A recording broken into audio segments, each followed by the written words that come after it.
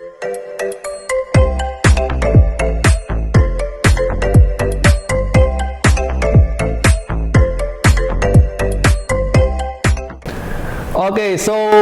halo audiens yang menonton pada hari ini. Ini adalah video pertama kita di Plan Studio. Welcome sekali lagi buat para subscriber ataupun para audiens yang baru saja join dengan kita. Nah, di channel kita yang kali ini, Plan Studio, kita akan membahas segala sesuatu tentang vegan, tentang dunia kesehatan, dan juga gaya hidup sehat juga tentunya. Nah, kita akan menghadirkan bintang tamu dan narasumber dari para profesional maupun para aktivis dan juga teman-teman kita yang berkecimpung di dunia vegan dan juga healthy life. Oke? So, stay tune dan jangan lupa untuk sekali lagi subscribe dan juga kasih thumbs up-nya. Oke?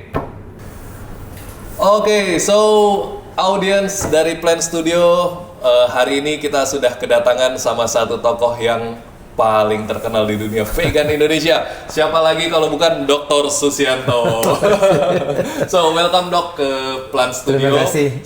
This is our first video actually, ya. Jadi mohon dukungannya, Dok. Sama-sama, makasih. Jadi kita akan ketemu Dr. Susianto nggak hanya sekali ini aja nanti ya, Dok ya. Pasti akan ada episode-episode berikutnya yang lebih intens, yang lebih detail. Kita akan bahas soal vegan dari sisi kesehatan maupun dari sisi lifestyle-nya, oke? Ya. Dok, apa kabar? Kabar baik. Kabar baik. Nah, mungkin beberapa dari audiens kita atau teman-teman vegan kita di luar sana ataupun yang belum vegan mungkin belum mengenal Dr. Susianto itu siapa sih sebenarnya? Iya kan? Nah, kalau kita udah pada kenal nih. Jadi udah banyak berkecimpung juga, banyak bekerja sama juga, banyak berinteraksi dengan Dr. Susianto selama ini. Yes. Nah, mungkin silakan Dok, boleh diperkenalkan diri dulu mungkin. Ya, terima kasih Vincent atas kesempatan yang diberikan buat saya. Jadi nama saya Dr. Susianto dan saya adalah salah satu pendiri untuk Indonesia Vegetarian Society atau IVS. Kemudian juga pendiri dari Vegan Society of Indonesia atau VSI. Dan dulunya saya pernah membantu menjadi chair di International Vegetarian Union atau yang disingkat IVU. IVU ini berdiri sangat lama ya, dari 1908 under VUK law ya. Okay. Nah, waktu itu walaupun namanya Vegetarian Union tapi sebenarnya promosinya adalah lebih ke vegan ya. Oke. Nah, pada tahun 2017 saya membawa conference IVU ke Taiwan. Oke. Dan kita mengadakan di NTU, National Taiwan University. Taiwan memang maju dalam hal vegan di Asia, tapi di dunia Eropa, Amerika tidak terlalu dikenal. Sehingga saya berinisiatif membawa mereka. Kebetulan waktu itu saya menjabat sebagai presidennya. Jadi disitulah saya mengusulkan bagaimana kalau kita mengganti nama IVU menjadi International Vegan Union. Oke. Sama-sama IVU. Ya, kan singkatan sama, cuma vegetarian jadi union. Karena perkembangan dunia kan sangat menuju ke vegan. Ya. Dengan berbagai alasan. Apakah itu karena kesehatan, karena lingkungan, atau bahkan karena etik ya. Tetapi kami semua bingung bagaimana merubah aktenya, karena itu sudah berdiri tahun 1908 dan di bawah undang-undang UK. Oke. Jadi kita walaupun Pak Susianto waktu itu udah jadi presiden ya. Tapi kan tahun 2017. Iya. Ini udah berdiri tahun 1908. Kita masih di mana? Jadi akhirnya saya sepakat begini, saya serahkan kepada teman yang lain untuk meneruskan IVU. Yang menggantikan saya jadi chair atau presiden. Lalu saya mendirikan yang namanya WVO. World Vegan Organization. Nah, saya cerita sedikit sejarah yang aneh banget. UK Vegetarian Society berdiri tahun 1847. Namun yang disebut sebagai UK Vegan Society 1944. Berarti ada organisasi VG di Inggris kemudian menyebar ke seluruh dunia. Amerika dan Asia dan segala macam. Begitu juga dengan UK Vegan Society 1944 oleh Donald Watson yang kantornya sampai hari ini ada di Birmingham. Nah, anehnya kedua organisasi ini kan boleh dianggap pionir lah untuk dunia. Semua terjadi di Inggris. Baik UK Vegetarian Society maupun UK Vegan Society. Lalu ini diikuti oleh negara lain. termasuk Asia, Eropa, Amerika. Tetapi sampai 1908 ada IVU tadi kan, International Vegetarian Union. Ada satu umbrella, satu organisasi yang memayungi seluruh vegetarian society di dunia. Tapi anehnya, sampai 2017 saat kami mengadakan conference IVU sedunia di Taiwan, belum ada satu organisasi yang mau membawahi atau menjadi umbrella seluruh dunia untuk vegan. Tidak ada. Nggak ada yang mau atau apa nih? Belum ada yang merintis, saya juga heran. Oh, belum ada yang merintis. Padahal kan Vegetarian Society 1847. Ya. 1908 terjadi di Inggris juga. IVU. Berarti kan sudah ada organisasi vegetarian untuk membawahi seluruh atau memayungi lah istilahnya seluruh dunia. Harusnya. Lalu 1944 UK Vegan Society mulai dari Inggris juga. Lalu menjamur ke seluruh dunia. Anehnya sampai 2017 tetap nggak ada tuh organisasi dunia yang membawahi seluruh organisasi vegan di setiap negara. Makanya muncullah WVO. World Vegan Organization. Apa mungkin karena kita tahu ya UK kan perkembangan vegetariannya kan masif banget. Jadi bisa dibilang mereka itu yang di negara UK itu salah satu ya pionir juga lah ya. Memang pionir gitu ya. Mau Vegetarian Society, mau Vegan Society, semua mereka. Dan apa maksudnya saking intensnya di negara UK itu, mereka jadi kayak kesannya, oke kita bikin perkumpulan buat kita sendiri dulu deh. Mungkin di negara lain, aku nggak tahu nih, udah ada vegan organization atau enggak. Bahkan di Australia, bukan cuma Australian Vegan Society, bahkan per kota ada Vegan Sydney. Luar biasa kan? Nah, dan di Indonesia kita punya kan VSI, Vegan Society of Indonesia. Dan banyak negara, bahkan di Thailand ada yang namanya Bangkok malah. Jadi Bangkok sendiri membuat namanya BIFA, Bangkok International Vegan Alliance, something like that. Jadi bahkan kota negara ada. Tapi kenapa tidak ada satu inisiatif untuk membuat sebuah wadah untuk seluruh dunia seperti IVU untuk vegetarian? Dari situlah saya bentuk. Jadi yang sekarang akhirnya World Vegan Organization itu Pak Susianto pionirnya pada saat itu. Saya foundernya. Dan sampai sekarang masih saya yang memimpin sebagai presiden. Yes.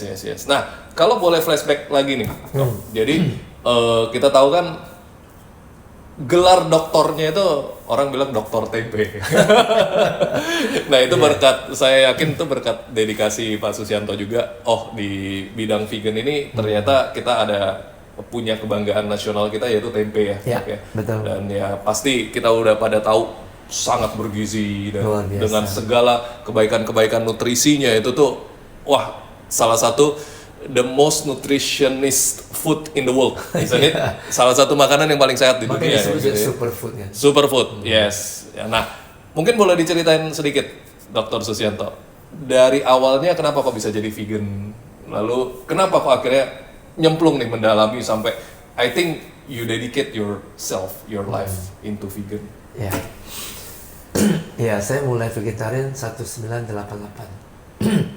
Jadi kira-kira pas 36 tahun ya. Saya baru umur 2 tahun. Udah lahir ya? Saya khawatir belum lahir. Udah. Kebetulan udah. Yang menarik adalah tahun ini, saya persis 18 tahun pertama vegetarian, 1988 sampai 2006. Dan saat itu saya mulai kuliah di S2 Gizi UI 2006, dan saat itu saya mulai vegan.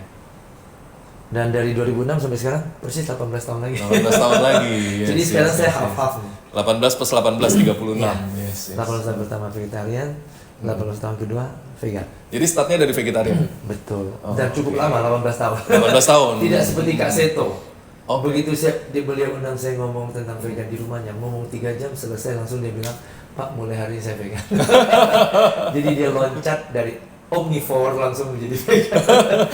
Melalui vegetarian. Nah, dan kita tahu kan Kak Seto ya, beliau adalah sekjen WVO untuk Indonesia? Bukan? Adalah ketua WVO Indonesia. Ketua WVO Indonesia, ketua World Vegan Organization untuk Indonesia. Chair of WVO Indonesia. Yes, nah jadi Kak Seto ini vegan juga dan aktif ya? Sudah 13 tahun. Yes. 13 tahun. Ya. Oh wow, oke. Dan beliau kan sering ini ya ikut Oh Dr. iya. Susianto juga Keliling isi Indonesia, acara. keliling dunia.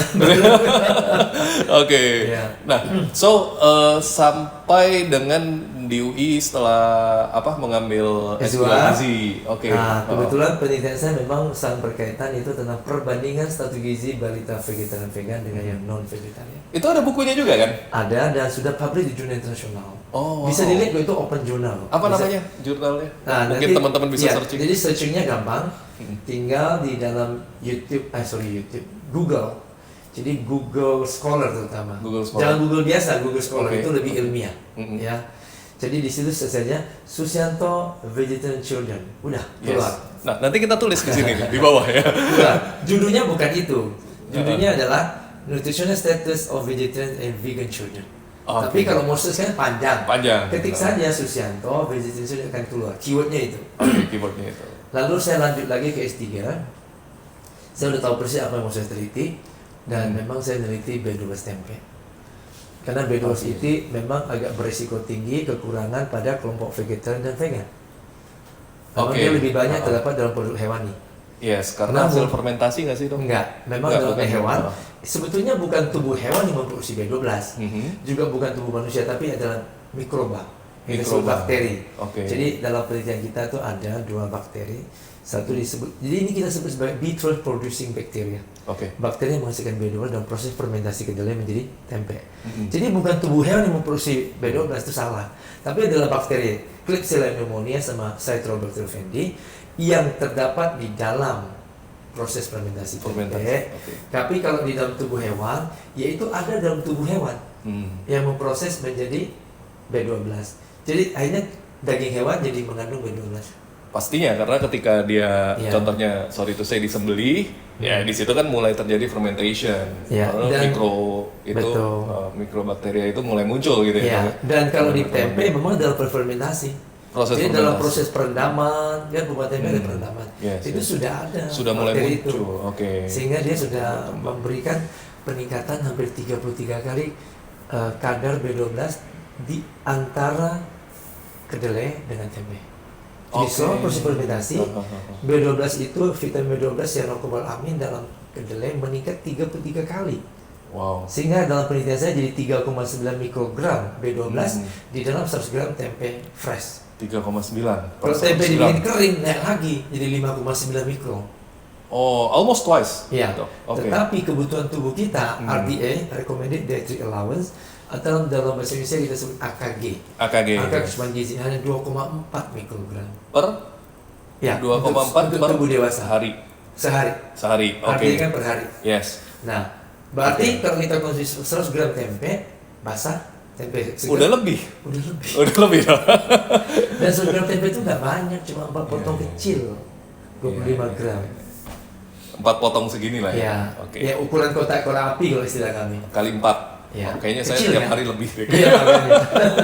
Gitu. cerita. Oke, so intinya berarti Dik, berarti ya dok ya. Jadi sebenarnya kecukupan B12 di para vegan itu bisa tercukupi dengan mudah melalui tempe. Itu kalau kita di Indonesia atau Kalau di beberapa kita di negara.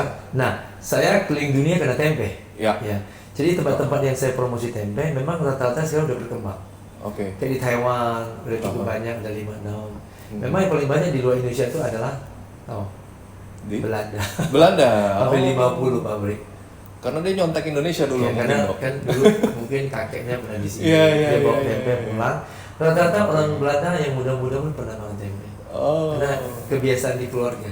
Terutama I see. yang memang orang tuanya dulu pernah di sini atau kakek neneknya. Yang menarik di Indonesia itu ada sekitar berapa nama? 170.000 pengrajin tempe. Wow, 170.000. Wow, oke. Ya, ini data dari FTI ya, Forum Tempe Iya, iya, Indonesia. iya, iya. Oke, nah ini kasihan nih, berarti si bule-bule di Eropa kalau mau makan tempe mahal ya dok ya? Oke. Ada penelitian di Jepang oleh Profesor Watanabe, penelitian B12 yang terkandung di dalam nori. Nori, Tapi rumput laut. nori basah, Nori basah. bukan yang kering. Oke. Jadi tahu kan seaweed ya, Ya. Mm-mm. rumput laut. Nah itu berhasil untuk menaikkan B12 anak-anak balita vegan di Jepang. Oke. Jadi nori. Lalu Ya, nori. sebetulnya fermentasi teh yang difermentasi juga mengandung B12. Kombucha? Ya. Oke. Lalu makanan khas Jepang, apa namanya? Ada tuh yang kedelai di fermentasi, Fermentasi, itu, Dok. tapi dia Aduh. menggunakan starter yang berbeda dengan tempe. Yes. Natto. Natto, yes. Natto juga menyengat berbeda. sih itu, Dok.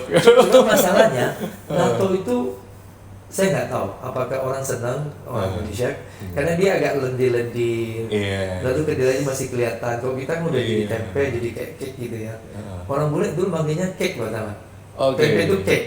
Tapi mereka orang-orang barat lebih suka tempe daripada tahu. Kenapa? Teksturnya lebih mirip daging kan. I see. Nah, Iya. kalau tahu kan agak lembut ya. Nah, terus yang menarik adalah miso. Bukan miso Ya, Indonesia miso. ya. Misonya Jepang. Ya. Yang sup miso tahu kan? Yes. Itu juga mengandung B12. Oke. Tapi kan kita nggak mungkin banyak makan miso, itu jadi bumbu kan. Betul. Tapi tempe bisa makan banyak. Jadi memenuhi B12 dengan tempe itu sangat reasonable. Ya. Kadang miso hanya untuk sup. Nggak Kalau mungkin tempe makan kan banyak kan. iya. Sampai kalau orang bilang cabai kan banyak vitamin C. Ya emang kamu makan berapa cabai? Tetap saya buah dong yang utama, bisa makan banyak, dapat B12 tidak susah. Betul. Satu buah guava. Guava itu yang ukuran sedang aja. Itu vitamin C-nya atau asam ascorbannya sudah hampir 100 mg. 100 mg. Kebutuhan tubuh kita berapa? Paling 60-75 mg. Iya. Ya jeruk mungkin Udah 30 lebih. ya. Heeh. Jadi ya seperti itulah. Ya. Jadi maksud saya kita makan satu aja AKG kita cukup untuk vitamin C. Iya. Tapi kalau makan miso mau berapa banyak kita makan untuk memenuhi B12? Betul. B12 itu sebenarnya mikro, kecil banget, mikrogram ya. Dia bukan kayak protein gram. Kalau yang kayak besi, kalsium itu miligram. Ini mikrogram. Oke. Kebutuhan tubuh. Nah, mungkin buat teman-teman yang belum tahu, sebenarnya B12 ini gunanya apa sih, Dok? Biasa sering disebut vitamin otak. Vitamin otak. Yang biasa warnanya merah. Oke. Kalau biasa diinjeksi itu warnanya merah. Ya. Ya, bukan hanya untuk otak sih, dia untuk darah juga. Jadi untuk sel darah merah. Ya masih banyak fungsi yang lain. Dia juga bisa, kalau kita cukup B12, maka homocysteine akan tidak tinggi sehingga mencegah risiko penyakit jantung juga dan stroke. Oke. So, kita ngomong B12 dari tempe untuk yang vegan. Nah, banyak nih teman-teman kita yang vegan punya anak. Anaknya pun udah vegan dari kandungan malah gitu ya. Nah, jadi saran Dr. Susianto ketika mereka sudah mulai melewati MPASI atau mulai masuk ke proses MPASI, itu juga boleh tempe? Boleh. Jadi tempe itu sudah boleh dikonsumsi dari mulai 6 bulan. 6 bulan berarti itu masanya MPASI ya? Jadi kan ya masa MPASI betul. Jadi 6 bulan pertama memang sangat diharuskan lah. Ya dianjurkan walaupun banyak yang nggak mampu ya. Itu adalah ASI saja. ASI. Jadi kita sebut ASI eksklusif. Yes. Jadi tidak memberi apa. Dan memang itu pernyataan WHO Kemenkes itu adalah yang terbaik. Jadi ASI adalah makanan terbaik untuk anak kita 0 sampai 6 bulan. Gitu. Tapi kan banyak ibu yang banyak halangan, nggak mampu. Padahal sebetulnya itu sangat penting. Karena tidak ada makanan mengalahkan ASI untuk 0 sampai 6 bulan. Nah, alternatifnya dong? Ya. Let's say lah, amit-amit gitu ya. Ada teman kita misalnya vegan sampai 6 bulan. Ya kita sangat halangan nih. Sebetulnya kan tidak boleh mempromosikan sufor 0 sampai 6 bulan. Masih di atas. Tapi kalau memang itu aturan pemerintah ya? Itu ada undang-undangnya. Ada PP-nya lah, peraturan pemerintah. Jadi kalau memang si ibu nggak mampu terus daripada anak kelaparan, ya bisa aja dikasih makanan yang masih dalam bentuk cairan ya. Sebenarnya MPASI-nya mulai dari makanan lunak kan? Ya. Makanan lunak. Makanya disebut MPASI, bukan PASI. Dulu kan PASI. Pengganti ASI. Sekarang bukan pengganti, tapi MPASI, makanan pendamping ASI. P-nya pendamping. Kenapa? Karena ASI tak tergantikan. Tak boleh istilah pengganti ASI. Oke? Bahkan ASI tetap diberikan sampai 2 tahun loh. Itu anjuran terbaik. Karena dari 6 bulan kan sudah mulai MPASI. ASI tetap diberikan, bukan berarti 6 bulan MPASI lalu ASI stop, bukan. Lanjut terus. Sampai 2 tahun. Karena disitulah 1000 HPK. 1000 hari pertama kehidupan anak, mencegah stunting, mencegah wasting, anak yang pendek pada usianya, anak yang berat badannya kurang pada usianya. Dihitung dari kandungan. 9 bulan kali 30 hari, berapa? 270 hari. 270. Nanti dia lahir sampai 2 tahun. 365 kali 2 tahun, 730. Tambah 270 per 1000 hari. 1000. Yang disebut 1000 HPK. Hari pertama kehidupan anak. Nah, kalau ini gizi bagus, mudah-mudahan anak tidak stunting, tidak wasting. Saya lagi bimbing satu mahasiswa S2 saya tesis tentang wasting pada balita dari 6 bulan sampai 59 bulan. Jadi kira-kira umur 6 bulan sampai 5 tahun.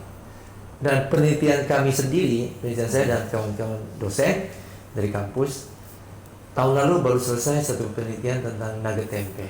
Nugget tempe. Kepada 60 balita stunting. Kami berhasil menaikkan tinggi badan balita stunting dan udah publish di jurnal. Ini udah terklaim dia stunting, Ya. terus menaikkan tinggi badannya. Iya. Selama ini kan anjurannya protein hewani. Iya. Saya ingin buktikan protein nabati dengan nugget tempe. Karena anak-anak balita kan susah diajak makan tempe, cuma dikukus, dibikin nugget, tapi nugget yang sehat ya. Dalam 1 bulan saja, karena kami dananya ada bantuan dari Dikti ya, untuk dosen. Oke. Kami berhasil menaikkan rata-rata tinggi badan 1,2 cm. Per Hanya sebulan. Setiap hari cuma 50 gram tempe. Nanti lagi kita bahas lebih mendetail pada mungkin sesi selanjutnya. Ini sudah perkenalan saja. Itu menarik sekali. Kelompok kontrolnya tidak dikasih tempe. Makan apa adanya, makan ikan, makan apa. Yang ini juga sama tapi plus tempe karena ini kelompok intervensi. Oke. Apa yang terjadi? Kelompok ini hanya naik 0,2 cm selama sebulan. Oke. Sedangkan kelompok intervensi dengan tempe hanya 50 gram dengan babak. Dikit kan sudah 50 gram. Selama sebulan saja naik 1,2 cm. Ini cuma naik 0,2 cm. Itu pun belum yang 100 gram. Belum. Ini kan sarannya malah 100 gram. Balita Gitu. mungkin Kalau ke terlalu B12, banyak. yes, kalau ke B12. Ya, hanya 50 gram. Oke. Ini tahun lalu ya, udah publish 1 Desember jurnalnya. Ini baru selesai lagi susu tempe. Kami Susu dapat tempe. lagi bantuan dari pemerintah, dari Dikti untuk penelitian dosen. Kali ini dananya turun agak lebih banyak, sehingga bisa 2 bulan. Oke. Tetap 50 gram tempe dalam bentuk susu tempe, tetapi untuk 144 balita stunting. Jadi naik kan cukup banyak, 60 hampir 2 kali lipat lebih. Baru selesai Juli kemarin, sudah keliling 6 desa tempat kami penelitian. Lagi dianalisis, data sudah selesai tapi belum publish di jurnal. Malah naik 1,3 cm. Tapi ini 2 bulan. Itu 1 bulan saja udah 1,2 cm. Ini 2 bulan cuma naik 1,3. Jadi lebih efektif apa? Nugget tempe daripada susu tempe. Yes. Tapi luar biasa loh dibanding kelompok kontrol. Iya. Bisa Cuma 5 kali. 0,4 kan tadi kan. 0,2. 0,2 malah. Oke. Iya. Dok, saya dengar ada yang nyari pengganti susu sapi. Just kidding ya, just Iya, kidding. iya. Oke. Saya pernah ngomong di Metro TV di acara Healthy Life, talk show begini. Saya bilang susu sapi bukan makan atau minuman yang paling tinggi kalsium. Dalam 100 gram susu sapi hanya 118 mg kalsium. 118. Ya, padahal coba lihat susu soya lebih tinggi. Ya. Proteinnya. Protein lebih tinggi, tapi kalsiumnya ya. Ini kita kalsium dibandingkan jadi- kalsium ya. Jadi kalau 100 gram atau 100 mili susu sapi, proteinnya hanya sekitar 2,9 gram atau persen. Tapi kalau susu soya dengan berat yang sama dan konsentrasi yang sama, kan kita bicara konsentrasi kan itu larutan kan. Kalau saya nggak salah biasanya standarnya 88,5% ada kadar air. Oke. Harus dibikin sama dong. Ya. Kalau yang satu pekat pasti lebih tinggi dong. Iya, betul. Jadi dibikin sama, berat sama, konsentrasi sama. Tadi saya bilang dalam 100 gram atau 100 mili susu sapi hanya berapa? 100. Enggak, proteinnya iya. hanya 2,9%. 2,9%. Tapi dengan berat konsentrasi yang sama susu kedelai adalah 4,3%. Almost twice lagi. Nah, kita bandingkan tahu dengan susu sapi. Tahu sekitar 200 lebih, 228 kalau nggak salah. Ya. Miligram kalsium. Oke. Sedang 128. Nah. Sedang dalam susu sapi hanya 118. Yogurt 120. Bandingkan sama agar-agar. Tahu agar? Iya, tahu. Oh, dari 400 miligram kalsium. Wow. Dengan berat yang sama. Iya. Berarti 4 kali susu sapi loh kalsiumnya. Yang lebih tinggi lagi Wijen 1160 mg. Dengan berat yang sama. Iya. Hampir 10 kali kalsiumnya susu sapi. Nah, di idea tuh gini loh, kalau kita ngomong, oke, wijen memang paling tinggi kalsiumnya gitu. Tapi kan balik lagi, kita nggak mungkin tiap hari makan wijen terlalu banyak. Iya. Atau makan agar-agar terlalu Tapi banyak. nggak usah banyak, karena dia tinggi 10 kali. Nah, itu dia. Jadi kalau ini 100 gram, ya situ 10 gram udah cukup. Betul. Udah sama tuh. Iya. Ya kan 10 kali lebih tinggi. Dan yang menarik adalah absorpsi kalsium susu hanya sekitar 31-32%. Sama dengan tahu. Tapi kualitas kalsium tahu lebih tinggi dari susu sapi. Tapi daya serap tubuh sama absorpsinya, kualitasnya. Namun brokoli adalah makanan yang paling gampang kalsium diserap oleh tubuh.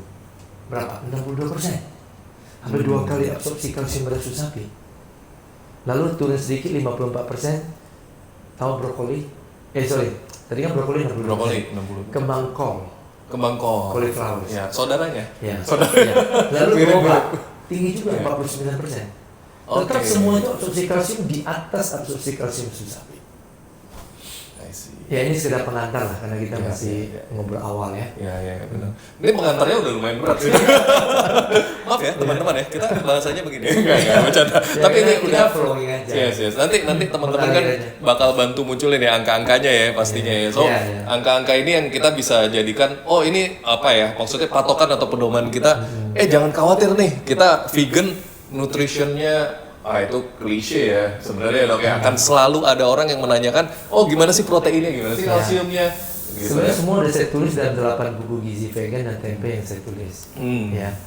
Dan semua sudah saya bahas sih per topik, per gizi, per penyakit di dalam YouTube channel. The Science of Vegan, kalau bagi yang mau lebih dalam. Nah, itu boleh tuh. Jadi channelnya namanya sekali lagi dok, The Science of Vegan. Jadi di situ ada bahasa Indonesia juga, ada bahasa Inggris juga ya dok ya. Kalau umpamanya lupa YouTube channelnya ya, saya Dr. Susianto.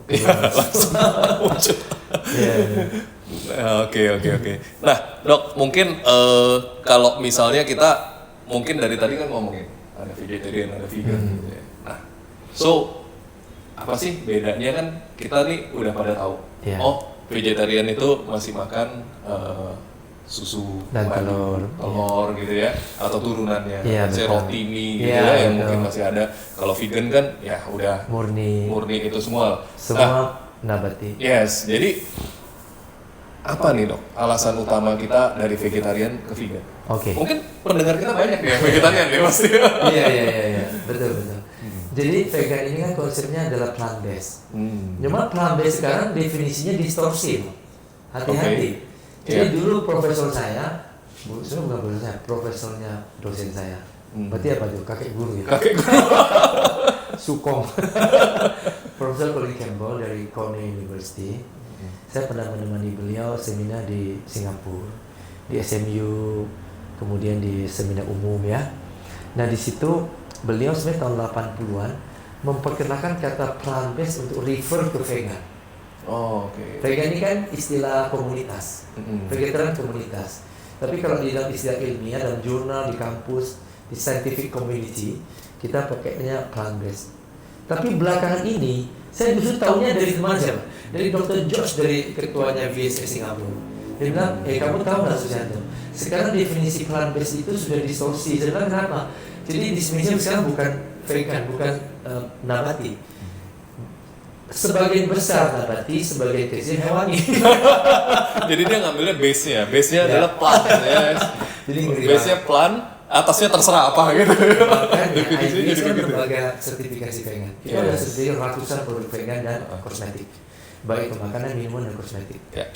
Jadi saya kan termasuk juga lah diundang di Dewan Pakar di sertifikasi vegan di BPOM. Ya, jadi waktu itu ada satu permintaan dari sebuah industri ingin melabel plant based. Nah teman-teman di BPOM tanya saya, boleh nggak? Saya bilang tidak tepat. Saya kasih bukti-buktinya. Silakan googling. Sudah tertulis definisinya plant based itu bukan vegan. Jadi bukan hanya tidak vegan, bahkan tidak vegetarian. Tidak vegetarian. Karena kalau hewan itu datang dari susu, telur dan turunannya itu masih vegetarian. Dia bisa campur daging sedikit itu tetap yang penting base-nya vegan katanya begitu. Saya bilang ini bahaya, ini bisa menyesatkan. Dan mungkin tidak ada yang mau beli orang vegan dan vegetarian, kan bahaya. Jadi akhirnya kita tolak. Kalau memang betul isinya cuma nabati, silakan label vegan. Tapi tentunya harus tes DNA. Ini ada peraturan dari BPOM.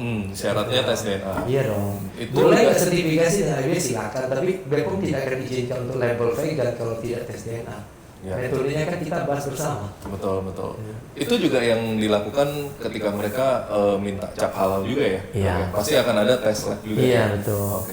Nah itu tadi kita tahu jika ada brand yang ingin melabel vegan di Indonesia ya, jadi bisa kontak ke IVS ya? Betul.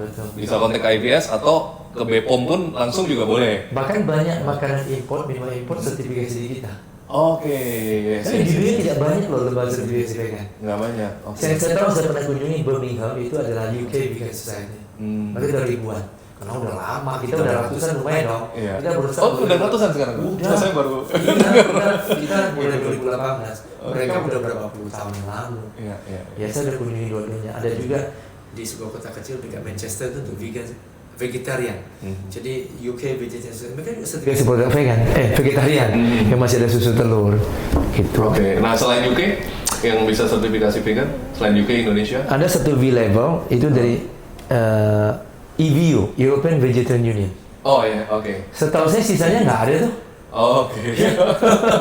Indonesia cukup maju. Dan saya dengar biayanya murah dong. Sertifikasi vegan. Saya tekan, dulunya kan analisis labnya mahal di Taiwan. Karena harus dikirim sampelnya ke Taiwan. Bukan hanya itu, biaya tesnya juga hampir 2 kali Indonesia. Sekarang kita bekerjasama dengan lab MUI. Oke. Ya, jadi MUI sekarang udah bisa sertifikasi halal dan vegan. Dulunya cuma halal. Halal kan cuma tes DNA pokain dari babi kan. Pork dong. Ya, sekarang untuk kita ada tes kit untuk semua animal DNA. Wow. Oke. Gitu. Jadi itu perbedaannya vegan hanya nabati, vegetarian ada nabati plus susu dan turunannya. Mungkin termasuk madu segala macam ya. Nah, kenapa? Why vegan? Dari aspek kesehatan, saya bisa tunjukkan banyak sekali manfaat kesehatan vegan dibandingkan vegetarian. Contoh simpel saja. Ada penelitian yang terbitkan di Journal of Nutrition, ya, Journal of Public Health Nutrition, 2012, saya masih ingat. Di situ tertulis resiko diabetes, resiko hipertensi, resiko obesitas yang terendah adalah vegan. Kira-kira 0,2 sampai 0,25. Dibandingkan yang vegetarian masih 0,45, 0,5. Berarti dalam bahasa narasi saya bisa narasi seperti ini. Resiko vegetarian menderita hipertensi, obesitas, diabetes masih 2 kali di atas vegan. Tentunya omnivora lebih parah, 5 kali lebih tinggi. 4 sampai 5 kali untuk 3 penyakit. Oke? Dan yang menarik adalah hanya kelompok vegan yang mampu mencapai IMT normal, indeks massa tubuh normal. Jadi caranya adalah berat badan dalam satuan kilogram dibagi tinggi badan kuadrat dalam satuan meter. 18,5 sampai 25 adalah normal. Hanya kelompok vegan dalam penelitian di Amerika bisa di bawah 25. Sedangkan kelompok termasuk kelompok vegetarian di atas 25 loh. Tapi omnivore di atas 27 udah obesitas. Ini faktor kesehatan ya. Masih banyak. Saya bisa sebutkan contoh simpel. Kalau daging menaikkan risiko kanker itu udah banyak di Journal of American Dietetic, Journal of American College Nutrition. Sehari konsumsi 1 sampai 2 gelas susu. Ini vegetarian kan? Meningkatkan risiko kanker prostat 60%. Dairy product juga begitu, naik 32%. Dairy product. Termasuk cheese. Ya. Gitu ya. Kalau daging merah, daging proses, ya itu ke kanker usus besar. Naik masing-masing sampai 28%, 22%. Dan yang menarik, semua sayur, buah, kacang-kacangan, biji-bijian semua meningkatkan risiko kanker. Termasuk kedelai. Yang orang takut meningkatkan risiko kanker payudara pada wanita, ternyata dalam penelitian ilmiah malah turunkan risiko kanker payudara 30%. Oh gitu. Ini penelitian nih ya, bukan mitos ini. Ini udah ada penelitian. Silakan baca Journal of American College of Nutrition. So sangat jelas sekali. Jadi ya inilah hal. Bahkan ada penelitian lagi, bukan di jurnal ini, jurnal yang lain. Konsumsi hanya 2,5 butir telur per minggu dengan baik-baik. Bukan 2,5 butir per hari. Per minggu. Berarti kan kecil banget. Meningkatkan risiko kanker prostat 81%. Padahal cuma dikit. Iya. Cuma dikit, 2,5 butir per minggu loh cuma. Nah dok, ini kita udah jalan 30 menit nih, nggak kerasa ya. Jadi terakhir deh untuk yang episode kali ini, aku pengen nanya. Ada banyak kenalanku juga yang vegan maupun vegetarian. Ternyata mereka juga ada yang obesity, terus juga ada yang ya penyakit jantung juga kita nggak bisa hindari. Iya. Selain pengaruh memang ya berkah dari yang di atas, cuman gini loh, apa yang seharusnya vegan konsumsi secara untuk mendapatkan balancing nutrition? Ya, oke. Tipsnya? Ya, sebenarnya mudah sekali. Kalau kita bandingkan gizi, tadi kalsium udah saya sebut, lebih tinggi pada nabati. Ya. Bukan pada hewani. Oke. Kalau saya ngomong kalsium kan mikirnya susu kan. Susu. Padahal itu bukan yang tertinggi. Dari segi kualitas. Dari segi kualitas absorpsinya juga bukan paling tinggi. Ya. Tahu kan yang sekian persen dari penyerapan Ya. kalsium. Protein tertinggi juga di nabati kok. Kedelai 34%. Kacang hijau, pernah dengar bubuk kacang hijau? Ya. Biasa diberikan pada balita di posyandu. Yes. Itu 24% proteinnya. Jadi apalagi kacang tanah 28% proteinnya. Jadi sebenarnya protein-protein dari nabati itu jauh lebih tinggi daripada hewani. Sebut saja ikan maksimum mungkin 25 lah. Daging maksimum 23. Ya. Ayam 23, daging 21. Telur 13. Lebih kecil. Protein tertinggi. Nah, so susu udah saya bandingkan tadi ya. Jadi kenapa kita mesti khawatir kurang gizi kalau kita go vegan? Lalu dari segi apa lagi? Besi lah. Besi tertinggi juga bukan di dalam daging. Daging merah katanya. Enggak juga. Jadi Besi daging merah sekitar berapa? Daging merah apa? Sapi 2,8 mg. Ayam 1,5. Daging kambing lebih rendah lagi. Oke. 1 mg. Tahu nggak berapa besi dalam tempe? 10 mg. Oke. 7 kali daging ayam, 4 kali daging sapi, dan 10 kali daging kambing. Wow. Tapi harganya 10 kali di bawah harga daging. Nah, Itu yang kalau luar mau biasa. irit sehat makan tempe ya. Kalsium tempe 129 mg. Lebih tinggi dari susu sapi kan, cuma 118. Tahu nggak berapa kalsium dalam daging sapi, ayam, dan kambing? 11-14 miligram. So, kalsium dalam tempe berapa kali? 10 kali juga. Lebih tinggi daripada daging kambing, sapi, dan ayam juga. Wow. Protein tempe 18,3, setara dengan daging sapi 18, sekian. Ayam 18, sekian. Si kambing cuma 16,6. Ya.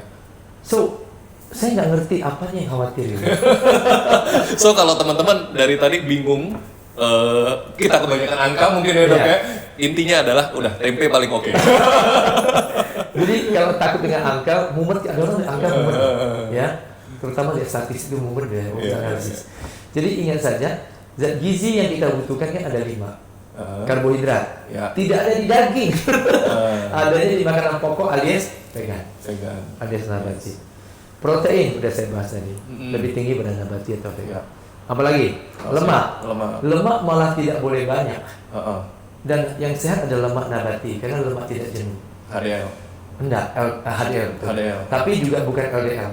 Oke. Tapi dia bukan jenuh. Kalau itu kan pembagian kolesterol yang baik sama jelek. Kolesterol. Kalau ini lebih ke jenuh dan tidak jenuh. Oke. Jenuh. Kalau jenuh itu banyak di dalam hewan. Apa risikonya? Menaikkan LDL, LDL. kolesterol jahat. Oke. Jadi menaikkan risiko jantung dan pembuluh darah. Jadi cardiovascular Ya, disease. kardiovaskular. Lalu lemak yang ada di nabati vegan malah cenderung lebih banyak mayoritas dari lemak tidak jenuh. Dibagi dua, MUFA dan PUFA, mono unsaturated fatty acid dan PUFA unsaturated fatty acid. Jadi ini dua-duanya dalam tubuh menurunkan risiko jantung dan pembuluh darah karena dia turunkan LDL. Oke. Kan LDL ini kolesterol jahat, low density lipoprotein. Kalau HDL tadi disebut itu high density lipoprotein, itu baik. Baik. Dia bisa membawa si kolesterol jahat itu kembali ke liver, ke ini. Oke. Kan livernya tempat membuat kolesterol. Ya. Jadi ini lemak. Lebih sehat kan di nabati, vitamin dan mineral. Ini semua ada di sayur buah. Oke? Ya. Dan ini tinggi di sayur buah. Dan satu kata kunci adalah semua produk nabati mengandung serat. Oke? Namanya fiber kan? Fiber. Dietary fiber. Karena fiber ada yang bukan dietary yang tak boleh dimakan. Oh, ini, pasti. ini serat bisa dimakan. Dan serat dibagi dua, soluble and insoluble. Contoh, kalau saya makan sayur saya punya, sisanya yang kasar itu insoluble. Oke. So, tidak larut. Nah itu penting untuk mengatasi konstipasi. Apa?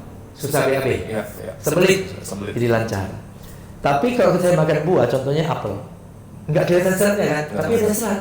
Serat larut namanya, soluble fiber. Oke. Ini juga penting untuk turunkan atau minimal menjaga gula darah jangan sampai spiking. Jangan sampai naik. Oke? Triglyceride jangan sampai naik tinggi. Kolesterol jangan sampai naik. Itu fungsi soluble fiber. Ya, ya, ya. Dan fiber ingat baik-baik, hanya ada di nabati. Nabati. Semua hewan tidak ada dietary fiber. Siapa bilang daging ada serat? Tidak ada. Daging, ikan atau seafood, ayam atau unggas, telur, susu dan produk turunannya semua tidak mengandung serat. Ya. Hanya nabati yang mengandung serat. Sayur, buah, kacang-kacangan, biji-bijian, umbi-umbian, jamur-jamuran, semua mengandung serat.